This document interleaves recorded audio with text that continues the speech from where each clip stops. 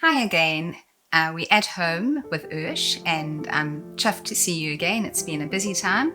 And today I thought I'd show you something more to do with the home and the garden, and that's going to be how to do a table arrangement, a basic table arrangement. If you want to decorate your table when you're having an event, it can often be quite costly, and you don't always want to go to a florist. You want to use what you have available in your garden and maybe just buy one or two things. And this standard setup you can use for any occasion. You can use it for a buffet table, you can use it for a wedding, you can use it for the festive season at Easter, at Eid. So it's really just showing you the fundamentals of how to actually do a table arrangement. So let's begin. So I have just taken a simple platter from my kitchen. You can see that it is slightly deep, so we can put water in because obviously it's really important to keep your flowers hydrated.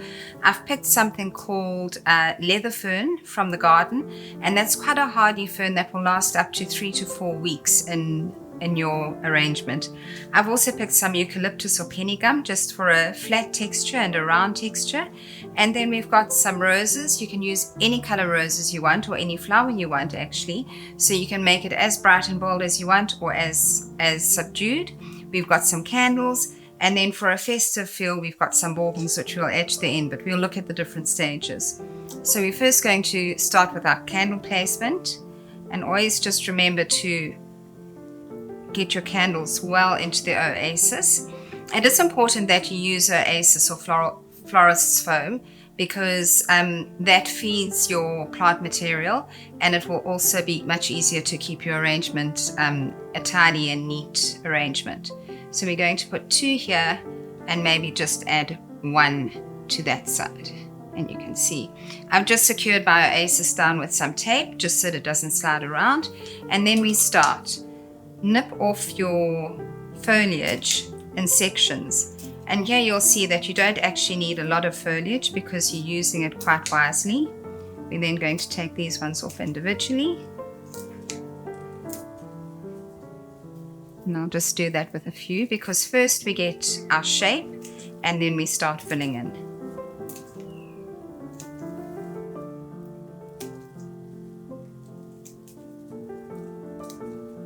Alright, so let's just start filling in. The important thing is that you cover the base so that you can't see your container. So you want to put things in at an angle. You want to also make sure that you are hiding your candles. So you can see how I'm using these ones just to hug around the candle, and I'm using these slightly longer ones to actually take shape. You can extend it if you want to, so what I'm going to do is have a slightly elongated arrangement. You can use a round bowl, you can use a square bowl.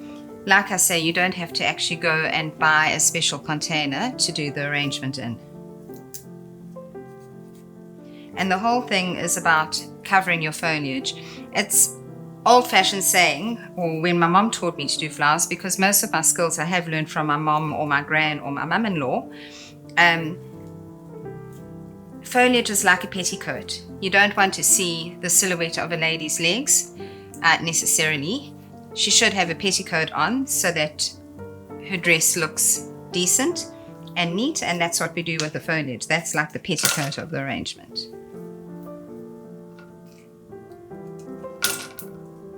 And foliage is really cheap. Like I say, you can get a lot of it from your garden, or else you can buy from a florist or a supermarket.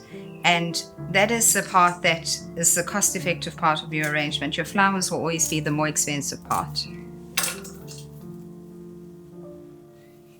So we just carry on popping our foliage in, making sure we're getting good coverage. You also want height. Like food, flowers grow towards the sun, so you don't want everything flat. So important to get your height. And the height also gives movement.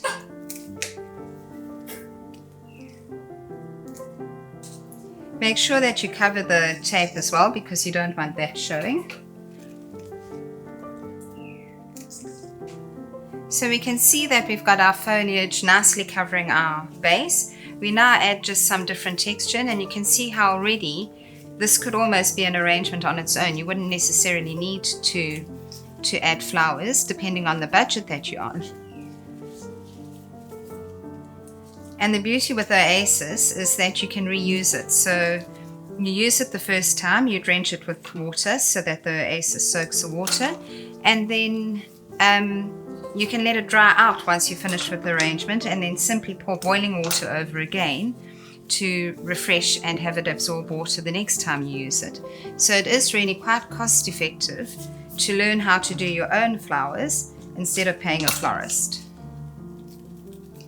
And this penny gum as well lasts anything up to 5 weeks in water, so really cost effective, really easy to use.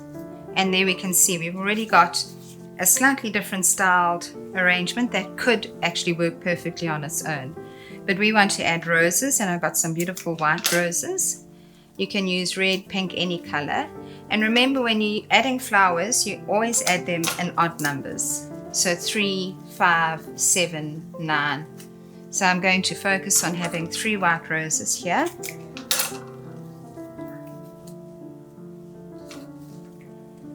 And then we'll bring a few roses to the side here.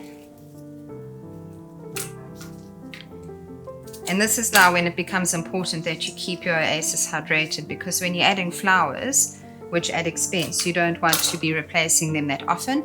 If you keep your arrangement hydrated, you'd only really need to add flowers every 2 weeks. So let's see, we've got 1, 2, 3, 4, 5, 6. We need one more, number 7, and we'll just tuck it in under here. And that on its own would actually be a perfect flower arrangement. But now to zhuzh it up a bit, we're going to add some baubles. And what I've simply done is take a little bit of wire over here and add it onto the bauble just so that I can stick that into the Oasis, so that I've got some leverage. You can see already it just adds a beautiful shine and bling to your arrangement and takes it to that next level. I've pulled them a little bit shorter, but we're going to need them a little bit longer, so I'll just undo some of that wire. And again, here we'd use odd numbers.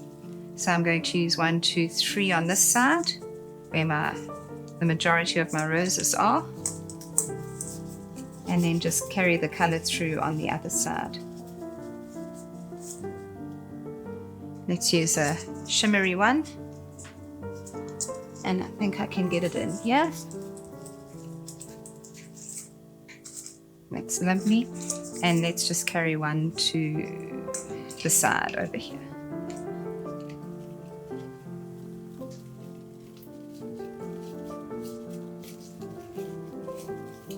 And there we have a beautiful centerpiece, simplified table arrangement that you can use for any occasion.